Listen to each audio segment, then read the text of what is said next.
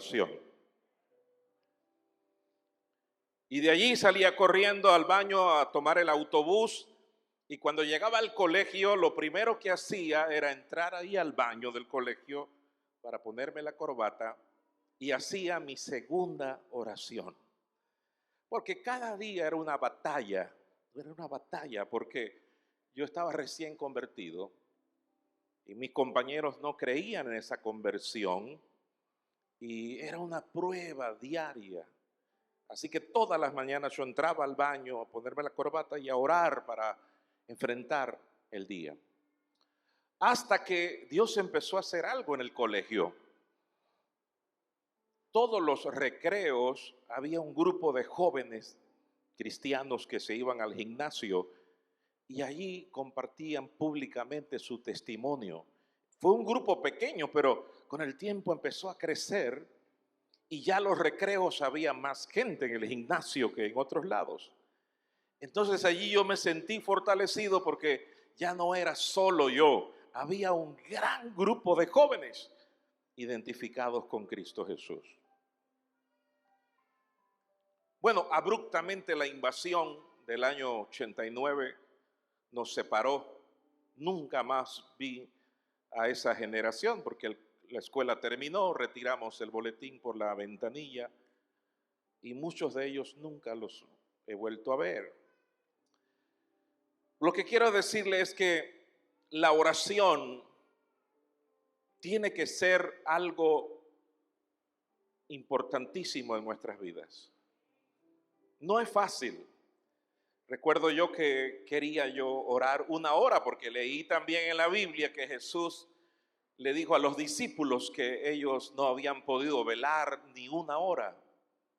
Entonces lo menos que Dios espera de nosotros que oremos es 1 hora.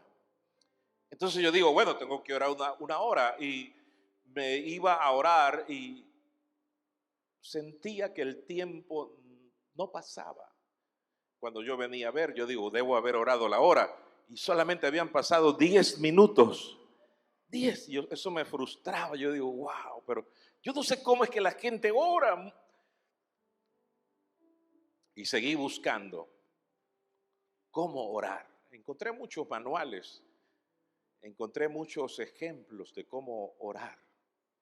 Pero lo más tremendo, escúcheme bien, lo más poderoso es cuando tú oras de corazón. Cuando tu corazón tiene ese deseo de orar. Y yo recuerdo que al principio empecé a hacer los pasos que decía cómo debía uno orar, pero fue algo tremendo cuando Dios tocó mi corazón. Y por primera vez yo me quebranté delante de su presencia. Y entonces empezó a fluir naturalmente nuestra vida de oración. Yo sé que no es fácil, pero la oración no puede ser sustituida por nada. No hay nada que sustituya la vida de oración. Hay algunos pensamientos de la oración que me llaman la atención. Uno de ellos dice que la oración es profundamente simple y simplemente profunda. Algunos la ven tan simple que no les interesa y algunos la ven muy profunda para querer adentrarse a ella. Pero también hay otro pensamiento que dice, no esperes estar en un hoyo profundo para orar profundamente. Hay gente que ora bien y ora profundamente solo cuando está en un gran problema. Pregúntele a Jonás orando desde el vientre del pez.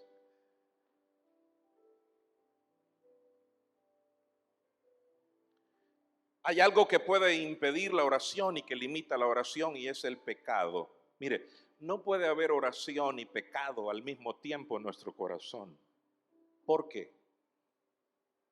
Porque el pecado ahogará la oración o la oración alejará el pecado.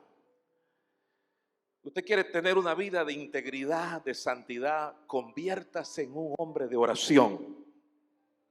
en una mujer de oración, en un joven de oración. La oración es lo que va a mantener el pecado a raya de tu vida. A su nombre.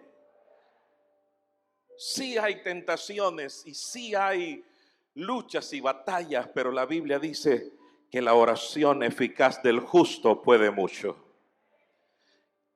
Y nada, escúcheme bien, nada hay imposible para la oración, porque nada hay imposible para Dios.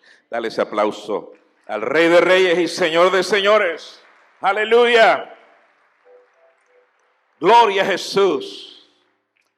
Vamos a ver en esta mañana rápidamente sobre la vida de un hombre que para mí es un modelo de oración. Vamos a ir al libro donde está el texto acá, Primera de Reyes, capítulo 17. Primera de Reyes, capítulo 17. Versículo 1 dice, entonces Elías Tisbita, que era de los moradores de Galad, dijo a Acab, vive Jehová, Dios de Israel, en cuya presencia estoy, que no habrá lluvia ni rocío en estos años, sino por mi palabra. El escenario, escúcheme bien, es el siguiente. En los versos anteriores, finales del capítulo 16, la Biblia relata un acontecimiento extraordinario y temerario a la misma vez. Un hombre ha decidido restaurar o reconstruir la ciudad de Jericó a expensa de que en el libro de Josué, cuando Israel conquistó Jericó y que sus muros famosos fueron derribados, Josué declaró por voluntad de Dios anatema a la ciudad e interpuso maldición sobre alguien que osara reconstruir esa ciudad. La maldición consistía en que quien intentara hacer eso vería muerto a su primogénito y a su segundo hijo. Bueno, en los tiempos de Acab, donde Acab era rey de Israel, de una de las 10 tribus de Israel, y había emparentado con Jezabel, no hubo una época de corrupción y de idolatría y de paganismo como en ese tiempo. Así que cuando la idolatría, el paganismo y la hechicería fluye libremente en el país, entonces se dan estos casos. Dice que este hombre llamado Giel, ahí lo dice, verso 34, en su tiempo Giel de Betel reedificó a Jericó. A precio de la vida de Abirán, su primogénito, echó el cimiento, y a precio de la vida de Segub, su hijo menor, puso sus puertas, conforme a la palabra que Jehová había hablado por Josué, hijo de Nun. Mire, este hombre ofreció a sus 2 hijos a fin de restaurar esa ciudad. Así que no había un escenario más terrible. Desde el palacio de gobierno, la maldad, la idolatría, la hechicería, la adoración a falsos dioses, se movía por toda esa nación. Al punto, escúcheme bien, que muchos daban a Dios por muerto. Como lo han dicho varios filósofos y científicos, que Dios está muerto. Bueno, ese tiempo parecía que era así. Sin embargo, en el capítulo 17 aparece un protagonista, no esperado, dice la Escritura. Entonces Elías tisbita, que era de los moradores de Galaad. No se habla de su linaje, solamente se dice que era un ciudadano más de las rocosas montañas de Galaad, tal vez de aquella ciudad o aldea llamada Tisbe. Aparece este hombre con una proclamación extraordinaria.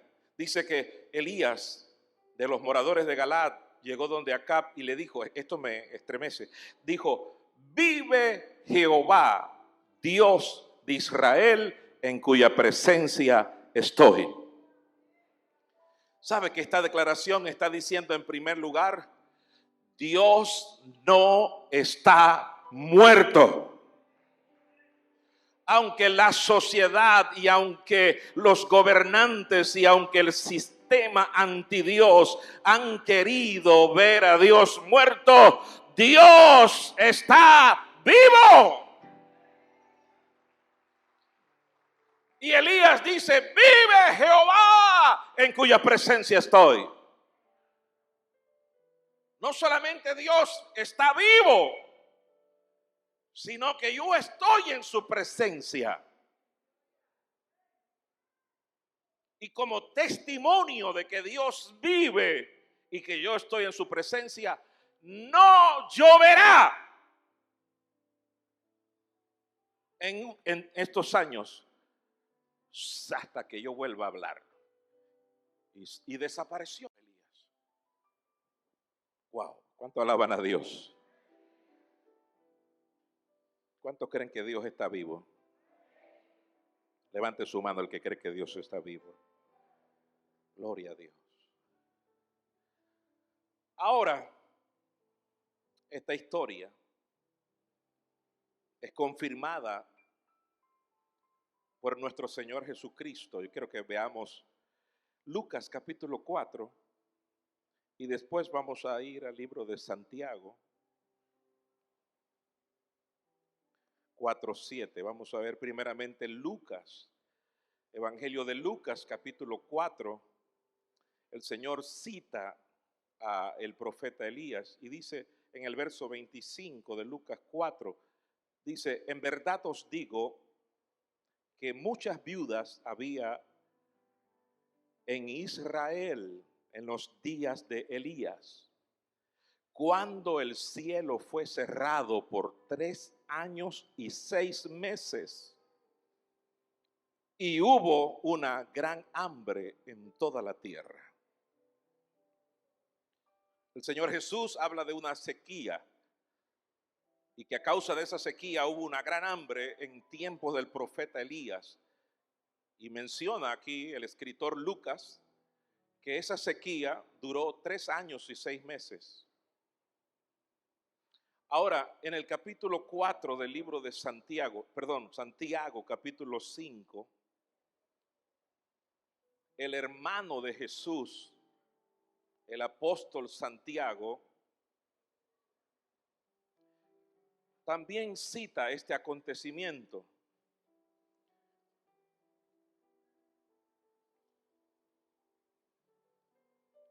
Santiago, capítulo 5, vamos a ver en el verso 17, dice: Elías era hombre sujeto a pasiones semejantes a las nuestras, y oró fervientemente para que no lloviese, y no llovió sobre la tierra por 3 años y 6 meses. Y otra vez oró, y el cielo dio lluvia, y la tierra produjo su fruto. Entonces, tanto Lucas como Santiago concuerdan en que esta sequía duró 3 años y 6 meses. Ahora, ¿qué que Elías tuviera esta seguridad de ir delante del rey y decirle: no lloverá en estos años si no es por mi palabra. Según estos dos pasajes, hay un preludio a la sequía. Y el preludio a la sequía es 6 meses de oración que Elías tuvo secretamente.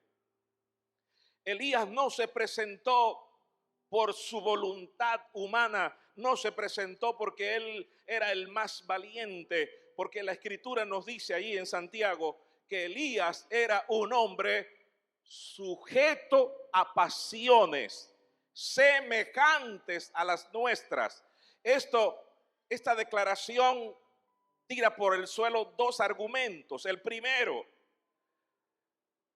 el misticismo que está alrededor de la persona de Elías.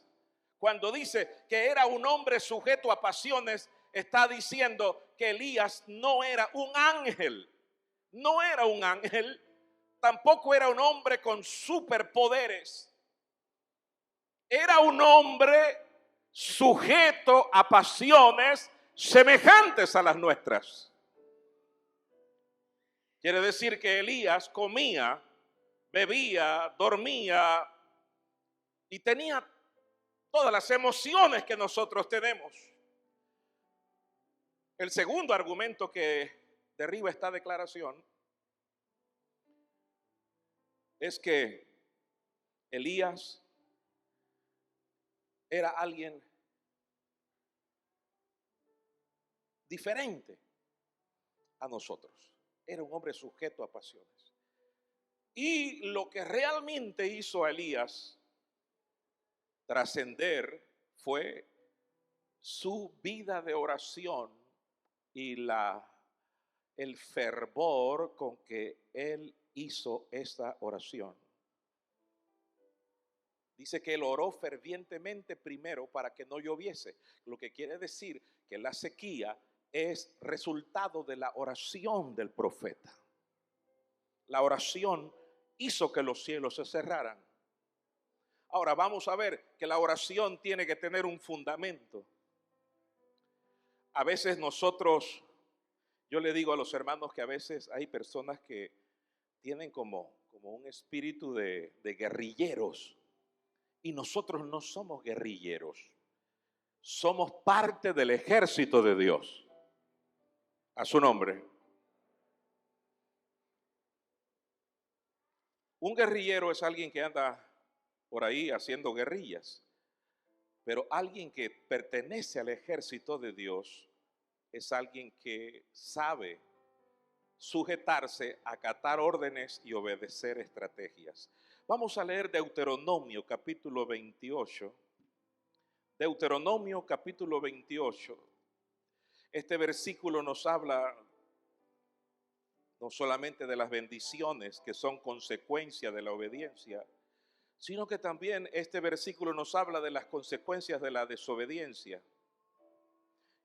Deuteronomio capítulo 28.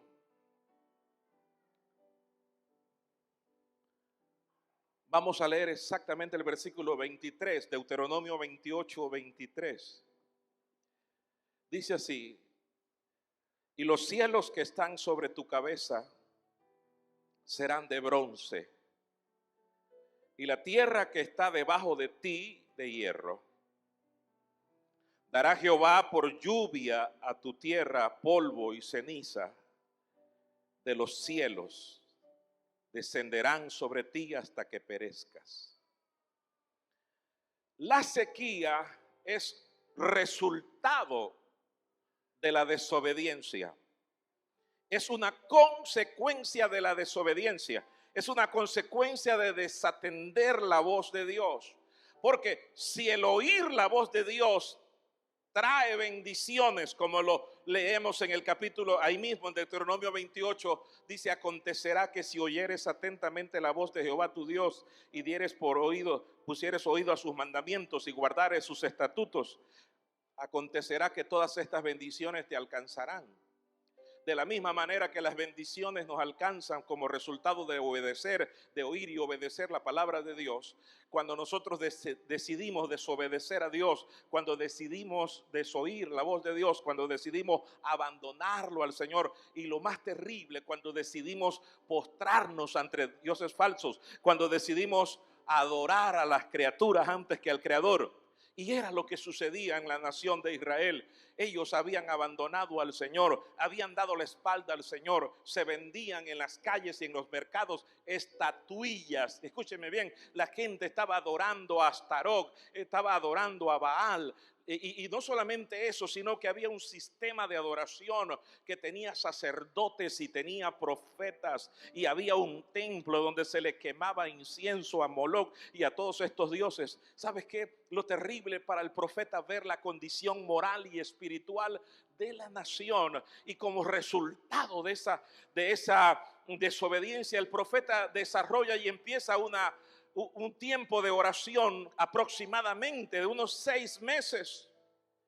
Y este texto es uno de los textos que el profeta oraba. Señor, este pueblo te ha abandonado. Este pueblo se ha apartado de ti. Y tu palabra habla de las consecuencias de la desobediencia. Los cielos que están sobre tu cabeza serán de bronce, y la tierra que está debajo de ti será de hierro. ¿Sabes?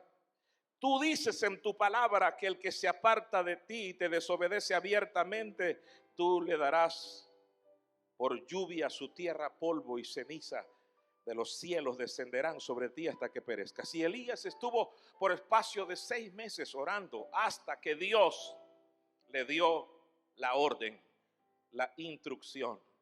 Y Elías va donde el rey Acab y le dice: vive Jehová, Dios de Israel, en cuya presencia estoy, que no habrá lluvia ni rocío en estos años, sino por mi palabra. Y esta es la primera etapa. La primera etapa de la oración. La oración del profeta es para que el reino de Dios y la justicia de Dios venga sobre la tierra. Si tú eres justo, tú tienes que juzgar a esta nación. Esta gente no se puede seguir burlando de ti. Los gobernantes no pueden seguir robando y expropiando y quitándole viñas a los hombres justos y matándolos. El falso culto a Baal y todo lo que ves no puede seguir ocurriendo si tú eres justo. Y Elías oró y apeló ante el trono de Dios, y Dios decidió enviar su juicio. 3 años en que no habrá lluvia ni rocío, sino por mi palabra. ¿Cuánto glorifican a Dios? ¿Cuánto glorifican a Dios? Amado, Dios es un Dios de justicia. Dios es un Dios de justicia. La Biblia dice que la justicia y el juicio son el cimiento del trono de Dios. En Dios no hay injusticia. Es más, la Biblia en el capítulo 32 del libro de Isaías profetiza el reinado de nuestro Señor Jesús y dice: he aquí que para justicia reinará un rey, y príncipes presidirán en juicio, y será aquel varón como escondedero contra el viento, como refugio contra el turbión, como una sombra de gran peñasco en tierra calurosa, y como arroyos de agua en tierra seca. ¿Sabe? Ese es el reinado de Jesús. ¿Cuánto alaban a Dios? El reinado de Jesús será un reinado de justicia. Pero mientras ese reino se establece físicamente, Dios nos ha pedido a nosotros que todos los días oremos: venga tu reino, que el reino de Dios se establezca en la tierra. Y como la justicia y el juicio son el cimiento del trono de Dios, tiene que haber justicia. La justicia tiene que ver con darle a cada uno lo que le corresponde. La misericordia tiene que ver con darle a la gente lo que no se merece. Y Dios es un Dios de misericordia, pero también es un Dios de justicia.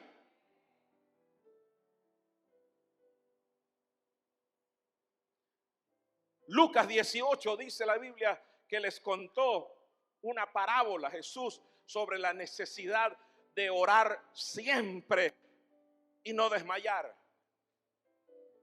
Escúcheme. Según los sociólogos y los psicólogos, el hombre tiene diferentes necesidades. Hay gente que dice que necesita el último iPad. Eso no es una necesidad. Aló. Un día un evangelista vino a decirme que en aquel tiempo estaban los BlackBerry, era lo último. La tecnología de punta eran los BlackBerry. Y estaban entrando los teléfonos inteligentes. Y él dice, en mi casa me dice, oye loco, es que yo necesito un celular de esos, último modelo.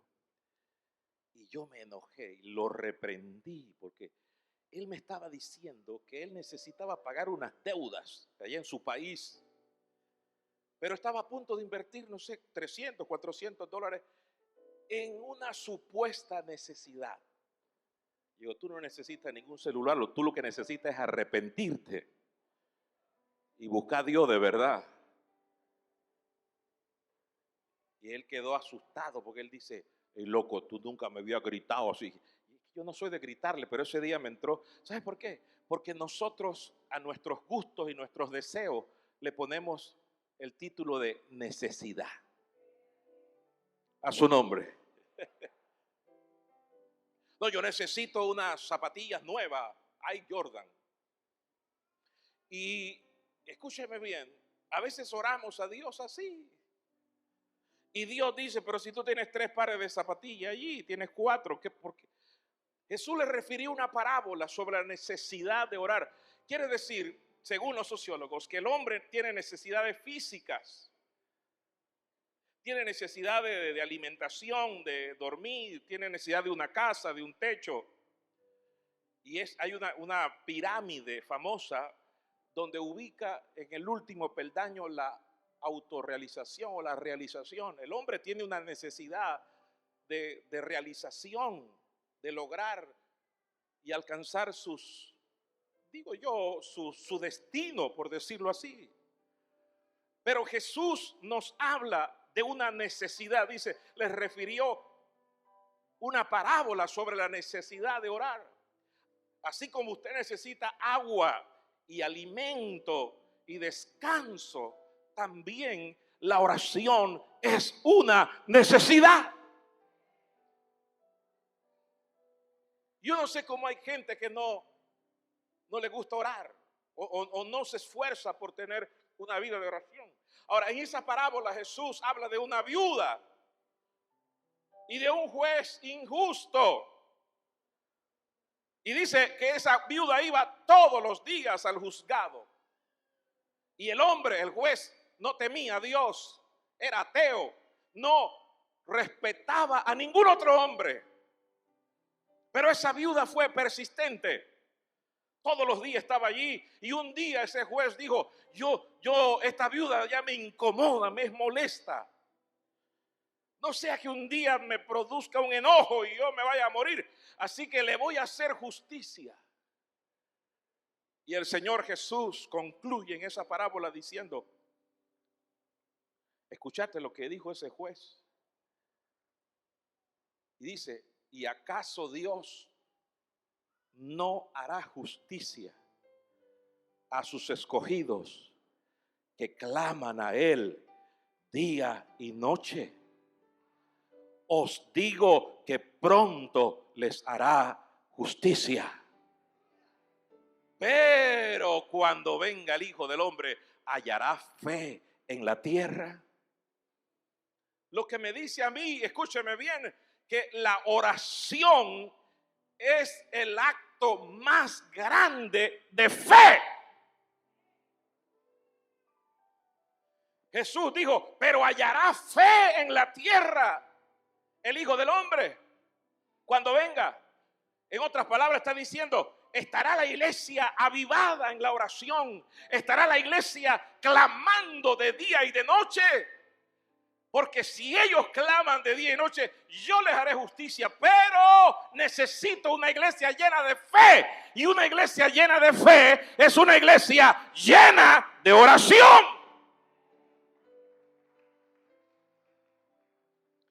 Bueno, gracias por los 3 hermanos que creen eso. Gloria a Dios. La oración es el acto de fe más grande. Solo los que tienen fe oran. ¿Aló? Solo los que tienen fe oran. Y los que oran es porque creen. Pero hay gente que cree a medias. O sea que medio cree. No ha llegado a consolidar su vida de oración. ¿Sabe? Jesús dijo, esta viuda tuvo algo que necesitamos. No solamente orar, sino no desmayar. Esta viuda oró no sé cuánto tiempo, pero ella oró por un espacio prolongado. Lo que hizo Elías. Elías oró por espacio de 6 meses. Y cuando recibió respuesta de Dios, Dios le dijo, te autorizo que vayas donde el rey y dile que no lloverá en 3 años. Nosotros a veces queremos recibir respuesta inmediata. Queremos recibir respuesta en el momento o dentro de un tiempo. Y si Dios no nos responde, ya dejamos eso y vamos a hacer lo que nos parece. Pero el Señor nos está hablando de ser persistentes, de ser perseverantes en la oración, de ser consecuentes. Elías era un hombre sujeto a pasiones, se desanimaba, pero él mantuvo su intercesión, su oración, hasta que Dios le habló, ve y dile a ellos que yo no estoy muerto y que tú eres mi profeta y que no lloverá si no es por mi palabra. ¿Cuántos glorifican a Dios? ¿Cuántos alaban a Dios? Aleluya. Hace algunos años, no sé cuántos años hace, estuve en un lugar en México, en el Pacífico de México. Allá llegué a Guadalajara y de Guadalajara hay otro estado que se llama Colima. Y en Colima hay un lugar que se llama Manzanillo, México, y ahí estaba yo durmiendo en una biblioteca y había muchos libros, así que empecé a ver los libros y me encontré un libro pequeñito. Y ese libro se llama La oración, la bomba atómica. Wow, chiquitito el libro así. La oración, la bomba atómica. El escritor de ese libro es el doctor Víctor Richard, pastor de la iglesia Vino Nuevo en Chihuahua, México, un norteamericano, misionero en México, una iglesia grande allí.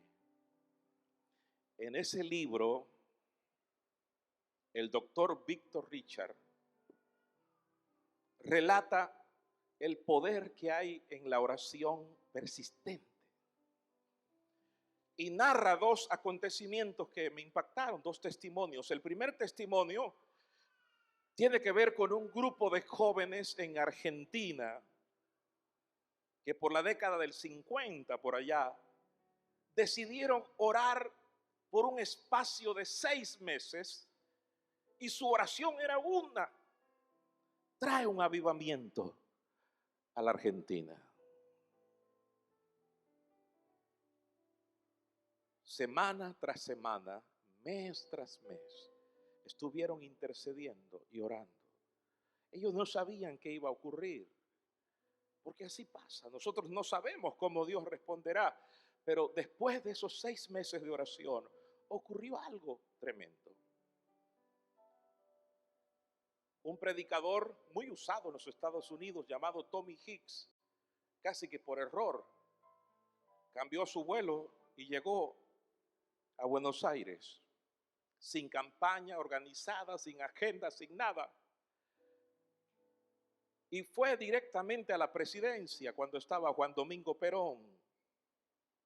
Cuando este hombre llega allí, el secretario de Juan Domingo Perón tenía un problema de poliomielitis. Sus pies estaban torcidos. Y este hombre oró ahí en la casa presidencial y Dios sanó el pie del secretario del presidente. Esa fue la carta de presentación. Cuando él entra a ver al presidente, le dice, usted asombrado, dijo, ¿qué necesita para su actividad? Y él dijo, quiero el estadio techado más grande que tengan en Buenos Aires, el estadio Luna Parks.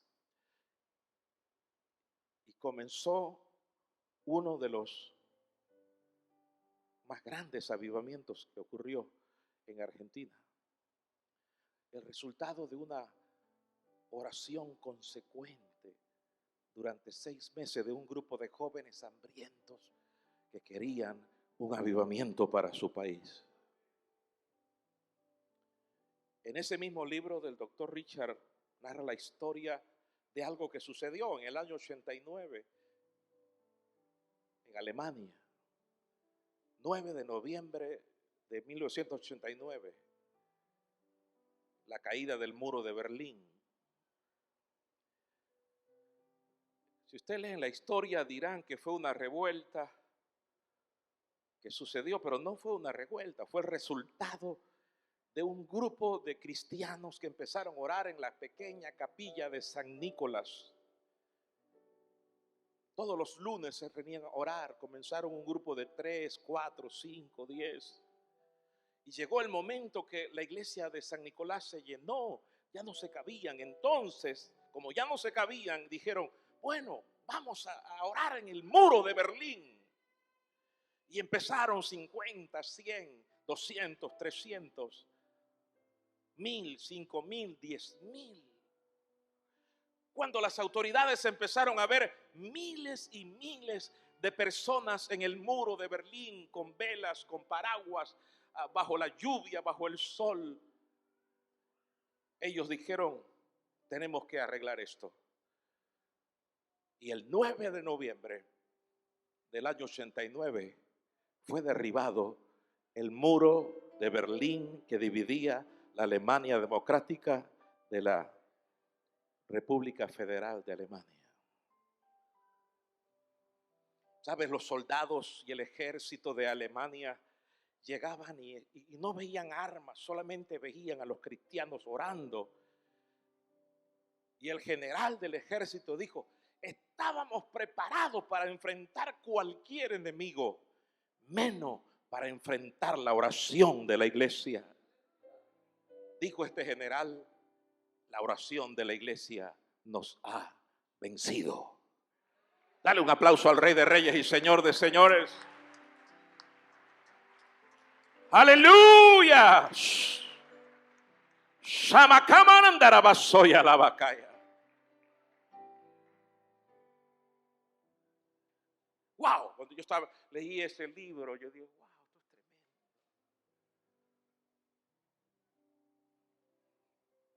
Doctor Richard, junto a Marcos Witt, en esos años realizaron por todo México lo que ellos denominaron noches de oración y adoración. Por todos los estados de México, noches de adoración e intercesión. Marcos Witt, su ministerio, otros ministerios, el doctor Richard, y Dios empezó a cambiar el clima de las ciudades. Y aunque la batalla persiste todavía, México no es el mismo, no es igual.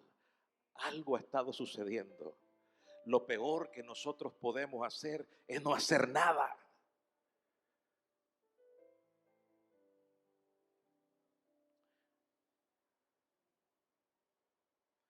En el año 90, el doctor John Cho vino a Panamá, creo que es la única vez que vino,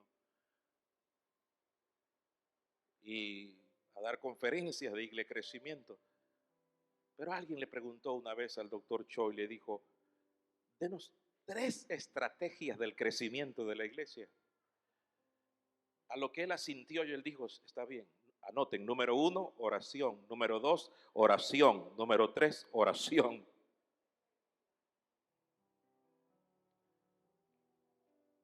Si hay algo que Dios ha utilizado para la transformación y el crecimiento, no solamente de la obra en Corea del Sur, sino en el mundo, porque Corea del Sur superó a Estados Unidos, a Inglaterra y a Brasil como la nación que más misioneros exporta al mundo.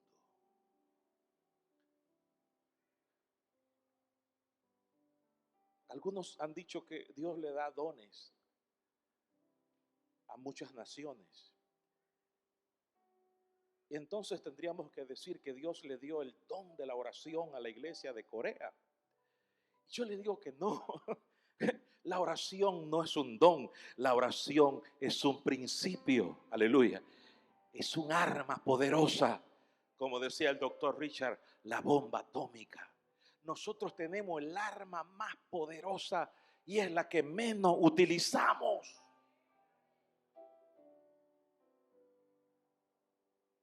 A estos cristianos de Corea le preguntaron, los latinos, le preguntaron a los coreanos, ¿ustedes por qué oran tanto?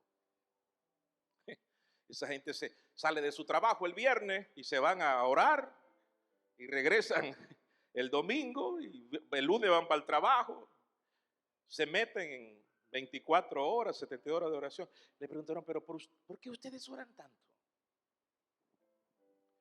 Y los coreanos le respondieron de esta manera. Primero, nosotros oramos por 2 razones. 1, para no dormirnos y 2, para no caer en tentación. Jesús dijo, velad y orad para que no entréis en tentación. Número 1, una iglesia que no ora es una iglesia dormida. Una iglesia que no ora es una iglesia carnal, que anda en la misma carne. Y como ellos dicen, nosotros no queremos ni dormirnos, ni caer en tentación.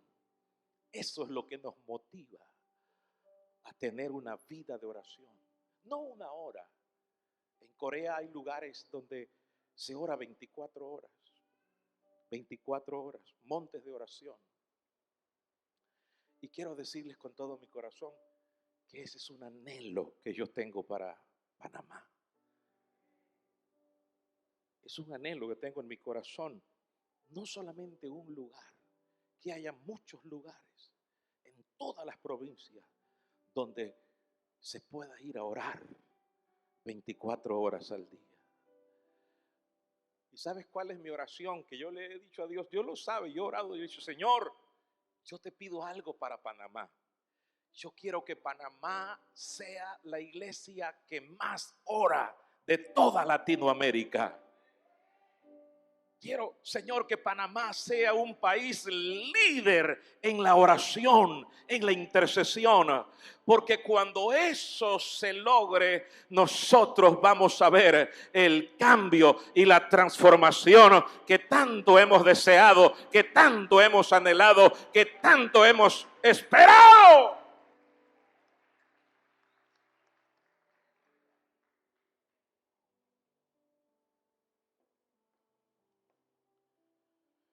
¿Qué quiero para mi país?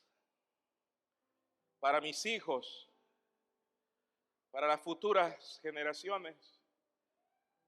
Una iglesia de oración, hombres de oración, mujeres de oración.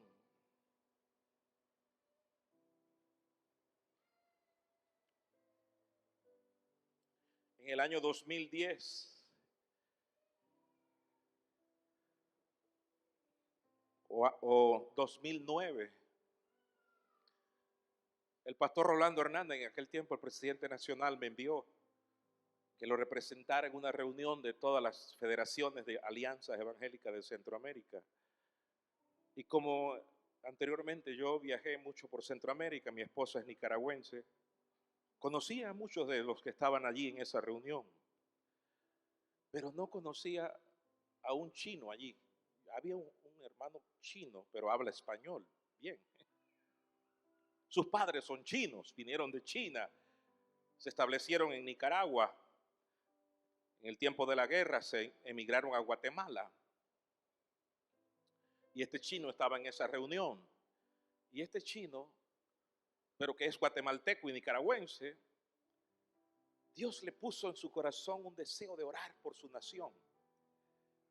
Y nació un ministerio llamado Tomando mi Nación. Ellos oran 3 veces al año. Ora por mar, por tierra, por agua, por la nación. Y luego tienen un movimiento de oración que se llama Fuego Continuo. Y él me mostró unas imágenes de una vigilia que hacen en el estadio Mateo Flores. Tremenda las vigilias con danza. Ahí hay en Guatemala hay iglesias coreanas y las coreanas danzan y es tremendo. Y el estadio abarrotado, miles y miles de personas en el estadio. Y en las madrugadas ya para terminar la vigilia lanzan paracaidistas que caen ahí en medio. Y yo digo, wow, tremendo. Él no era un pastor ni un apóstol, nada. Él simplemente era un laico, pero que Dios le puso en el corazón orar por su nación. Bueno, ese movimiento de oración ya está en muchos lugares de Latinoamérica. Y cuando yo hablé con él, al año siguiente, 2010, él me dijo, quiero ir a Panamá, quiero compartirles sobre la visión de Tomando mi Nación. Y lo recibimos y nos reunimos con él, un grupo de pastores. Y realizamos en el año 2010 el primer clamor Tomando mi Nación en el Parque Urracá, y en el año siguiente, porque creemos que nuestro país necesita oración. No puede ser que una iglesia se llene para un concierto o para escuchar un predicador, pero ¿por qué no nos reunimos para orar por nuestro país? Para proclamar que el Señor es el dueño de esta tierra y de este país.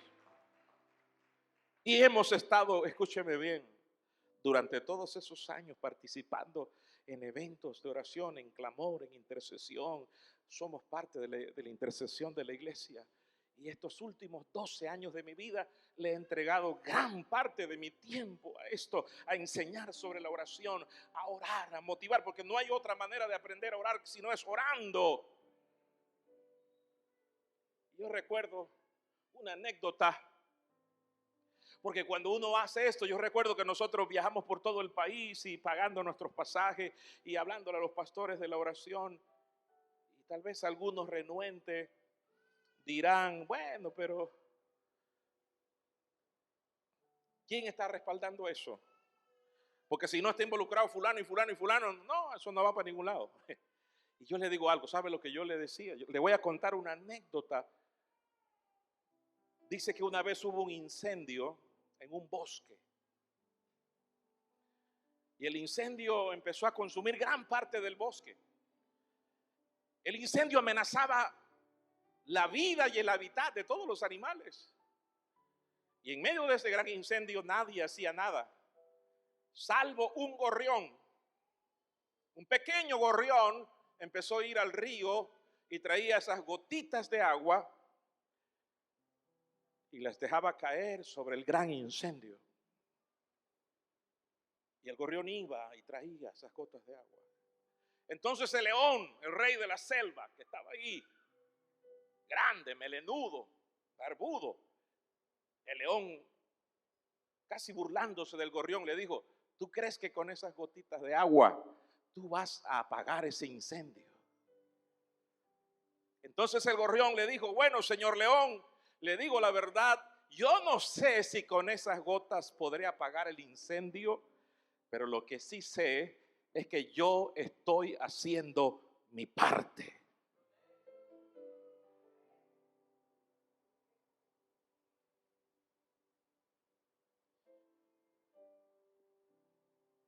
yo estoy haciendo mi parte. Si todos nos levantásemos, hiciéramos la parte que nos corresponde. Porque algunos dirán, bueno, eso de la oración es para los pastores, es para los grupos de intercesión. No. Este es un llamado para la iglesia, a su nombre.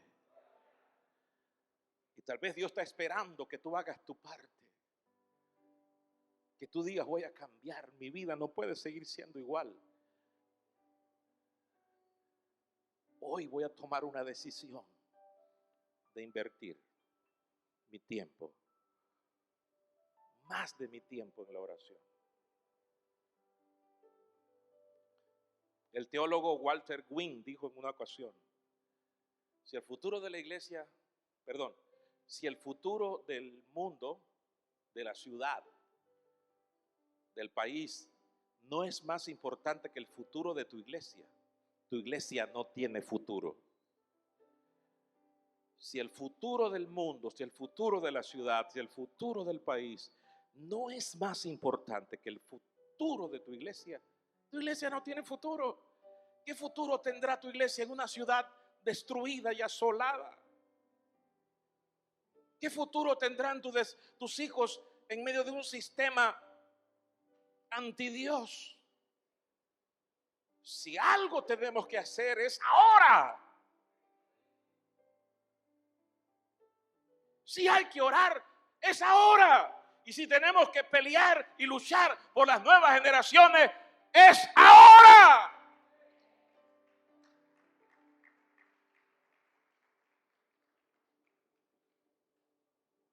El misionero Ralph Winster dijo, busca un lugar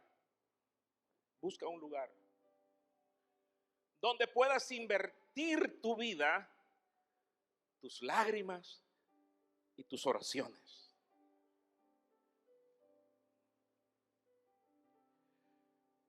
Si tú quieres ver algo extraordinario, tienes que tener un compromiso con el lugar donde Dios te ha puesto.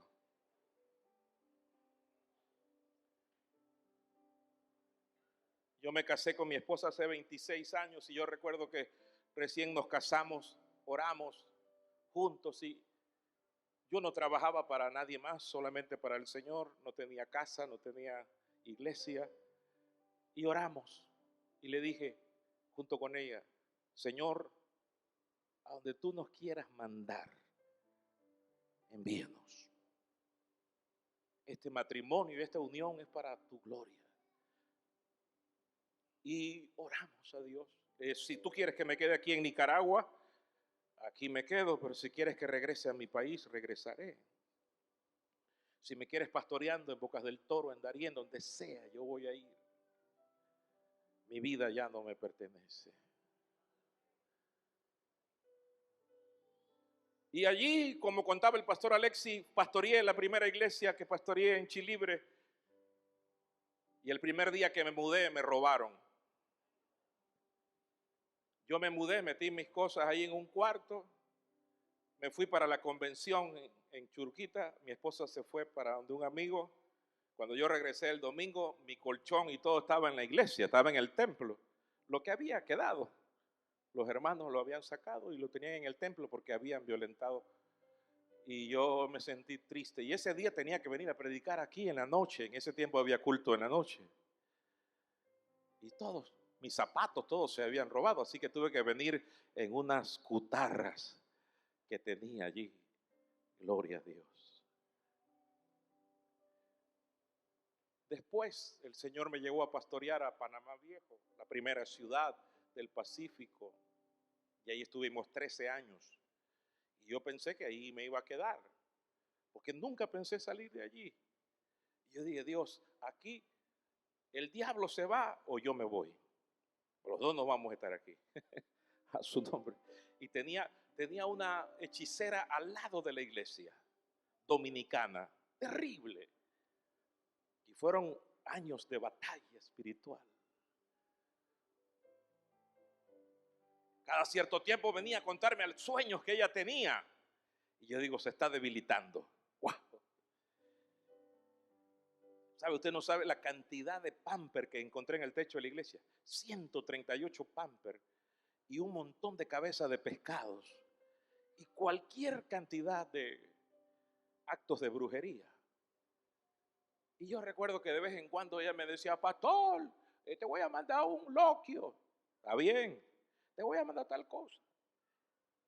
Y los hermanos me decían: pastor, ¿usted se va a atrever a comer eso? Y yo dije: sí, yo lo oro y lo santifico si la Biblia dice que comeremos cosas mortíferas y no nos hará daño. Yo no sé si ella esperaba verme caer a mí, pero yo no caí nunca. Y cuando ya llegó el tiempo, yo digo, ya el tiempo, recuerdo, hermano, se desató una ola de muertes en el barrio.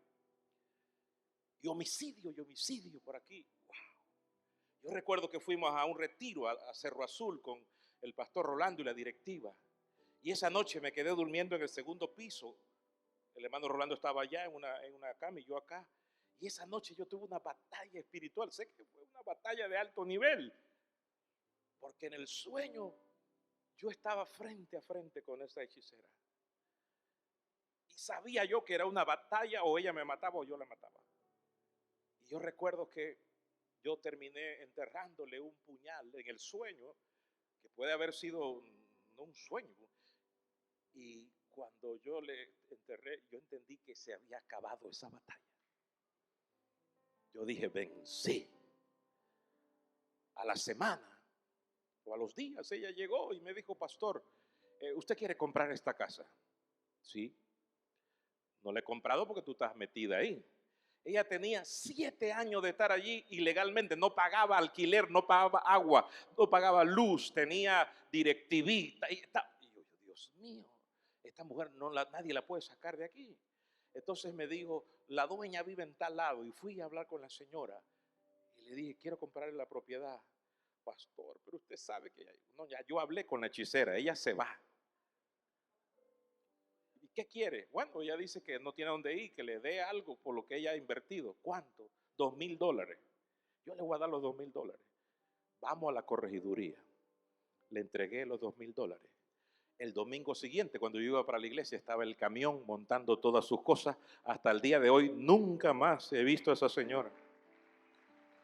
Aleluya. ¿Sabe que él salió de su cuerpo? Fue hasta la iglesia, pero la iglesia era una iglesia como la de Calle 6, encendida en el fuego.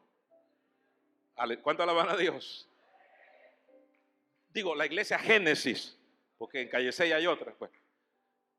Y dice que cuando él llegó así, fuera del cuerpo, la iglesia estaba encendida y el pastor estaba intercediendo, como el pastor Alexis, que parece a Colin Powell. Y dice que el pastor estaba orando y el pastor dijo: hoy tu enemigo caerá delante de ti. Y cuando el pastor dijo eso, el brujo cayó, atravesó el techo y cayó en el altar.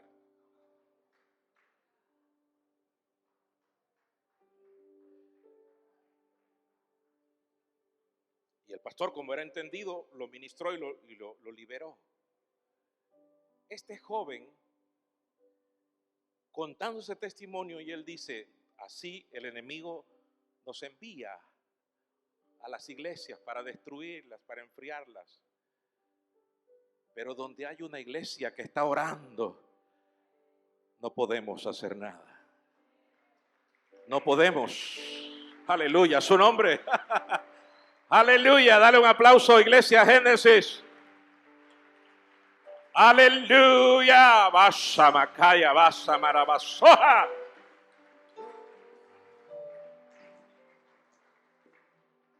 Mire, hay oraciones débiles, hay oraciones sin fe, hay oraciones en pecado, pero hay una oración que sube y abre.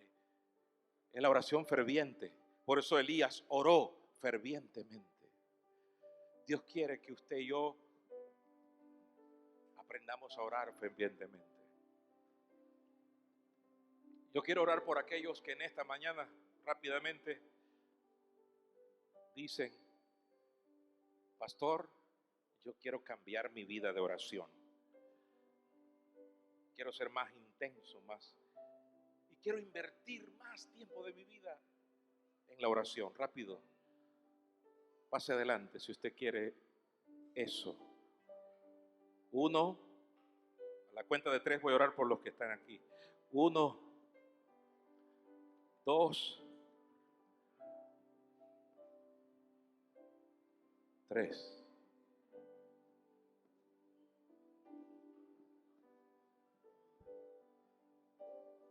Acérquese lo más que pueda al altar. Acérquese, acérquese, acérquese. Oh, Ramashandarabasoy aquí a la Basheya, la Basaya. Luri Bristroki Mababraso, Rebekenda la Masaya. Kima, levanta su mano y diga conmigo: Señor Jesús, fuerte, Señor Jesús, tú enseñaste a tus discípulos a orar. Señor, enséñame a orar en una dimensión nueva. Señor, quiero invertir más de mi tiempo, más de mi vida en la oración. Sé, Señor, que estoy sujeto a pasiones como todo ser humano, pero yo quiero orar fervientemente. Lléname del fuego del Espíritu Santo. Cambia mi manera de orar. Dame revelación, dame sabiduría, dame inteligencia y sobre todo, dame persistencia, perseverancia hasta que vea la respuesta. Mantenga esas manos arriba. Ya no repita. Ahora yo voy a orar por usted. Y usted empiece a orar allí. Suelte esas lenguas, vamos. Es el momento de soltar esas lenguas. Vamos, vamos, vamos a hacer una oración intensa, fogosa. Vamos, suelta esas lenguas. No sabemos a veces cómo pedir, pero el Espíritu intercede por nosotros con gemidos indecibles. Esta es una mañana de liberación, una mañana de victoria. Ushamaya kiba bababasanda la bacaya. Irriamaya soya katalabasanda la bacaya. Oh, vamos, suimi kabakataya. Irriaman sokatalabasaba kaya lava. Padre, aviva.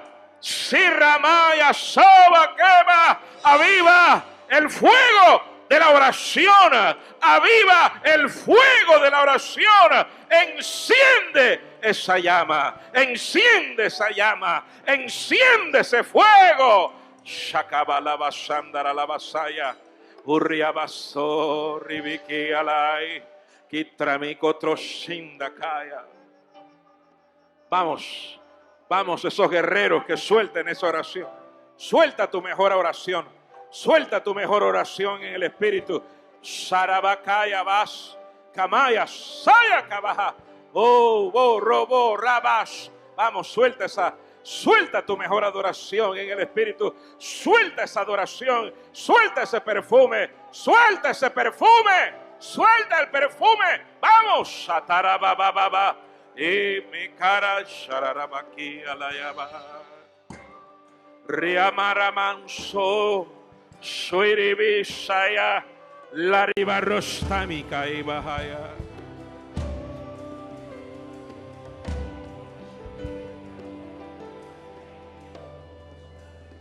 Gloria a Jesús.